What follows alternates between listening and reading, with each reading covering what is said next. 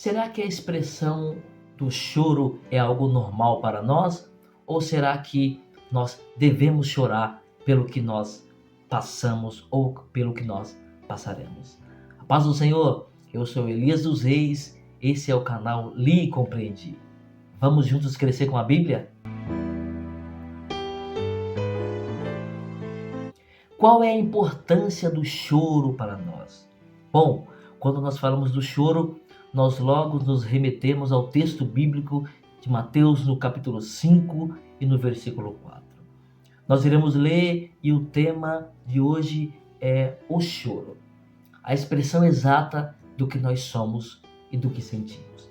Veja o que vai dizer o texto.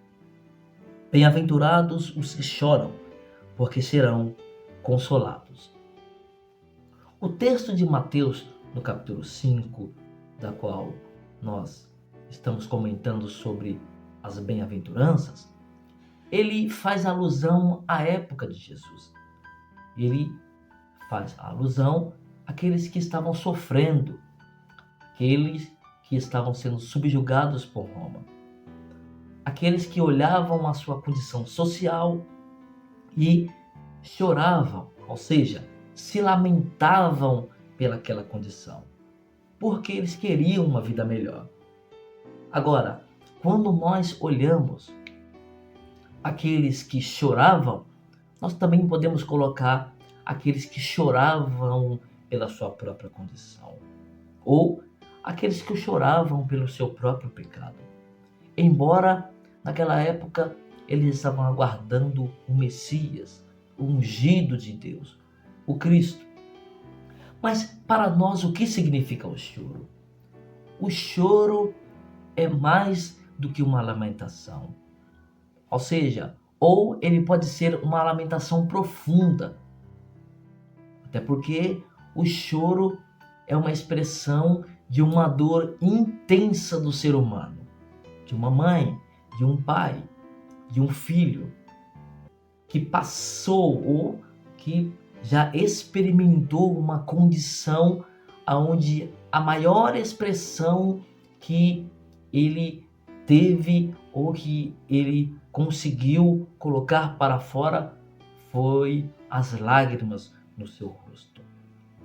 As lágrimas não são uma expressão daqueles que são fracos, mas as lágrimas é uma expressão do lamento que nós sentimos pela condição do que nós passamos. Mas aqueles que estavam nos tempos de Jesus foram aqueles que estavam lamentando pela sua condição, lamentando pela condição da época em que eles viviam, subjugados, uma situação social muito difícil, fome, a falta de amor de um para com o outro, Mas nos dias de hoje, o que significa bem-aventurados os que choram? O choro aqui pode significar também aquele que chora pela sua própria condição, que chora pelo seu próprio pecado. Quem não chora pelo seu próprio pecado? Por ter uma decadência caída. Aquele que olha para dentro de si e sempre tenta acertar e erra. Mesmo nós cristãos, servindo a Deus, erramos continuamente, ainda que lutamos em estado contínuo para a melhora da nossa vida para com Deus. Então, bem-aventurados os que choram podem ser caracterizados como aqueles que choram pelo seu próprio pecado. Quando nós tratamos daqueles que choram pelo seu próprio pecado, logo nós nos remetemos à cruz de Cristo, ou à nossa cruz. Cristo morreu no nosso lugar. E morrendo no nosso lugar, aquela cruz era a nossa cruz. Quando olhamos para a cruz que nós devíamos carregar, nós vemos o pecado. E o pecado colocado de frente para nós, logo nós reconhecemos quem nós somos. E travamos diante dessa situação. Mas aqueles que choram também podem ser caracterizados como aqueles que choram pela sociedade. Choram pela condição em que o mundo está.